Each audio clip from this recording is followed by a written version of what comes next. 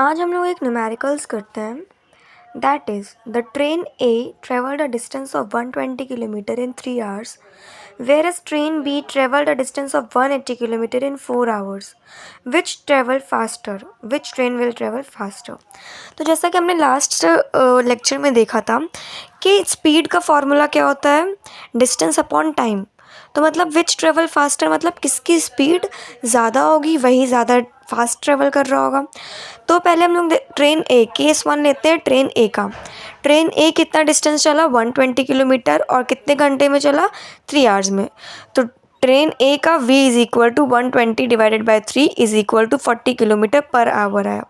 फिर हमारा case two है ट्रेन बी का, कितनी स्पीड है v इज़ इक्वल टू कितना डिस्टेंस चला वो 180 किलोमीटर कितने घंटे में 4 hours में. तो 180 अपॉन 4 हो गया इज़ इक्वल टू कितना आया 45 किलोमीटर पर आवर आया. ठीक है. फिर अब यहाँ से हम लोग निकाल लेते हैं कि स्पीड ए, ट्रेन ए की कितनी स्पीड थी 40 किलोमीटर पर आवर और ट्रेन बी की कितनी स्पीड थी 45 किलोमीटर पर आवर. तो हम लोग सीधे सीधे कह सकते हैं कि ट्रेन बी जो थी वो फास्ट ट्रेवल कर रही थी. So train B will travel faster. Now अब हम लोग एक होमवर्क देंगे तो आपको वो दोनों क्वेश्चंस करके आना है. पहला सेम टू सेम पहले का रिप्लिका है, लेकिन एक बस एक्स है, डिस्टेंस ट्रेवल कर रही है 360 किलोमीटर इन 5 hours में. वाई है जो 476 किलोमीटर इन 7 hours में ट्रेवल कर रही है.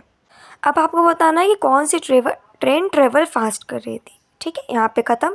देन नेक्स्ट क्वेश्चन आता है find the distance and displacement. जैसा कि हमने लास्ट क्लास में पढ़ा है कि distance is the total path whereas displacement is the shortest path.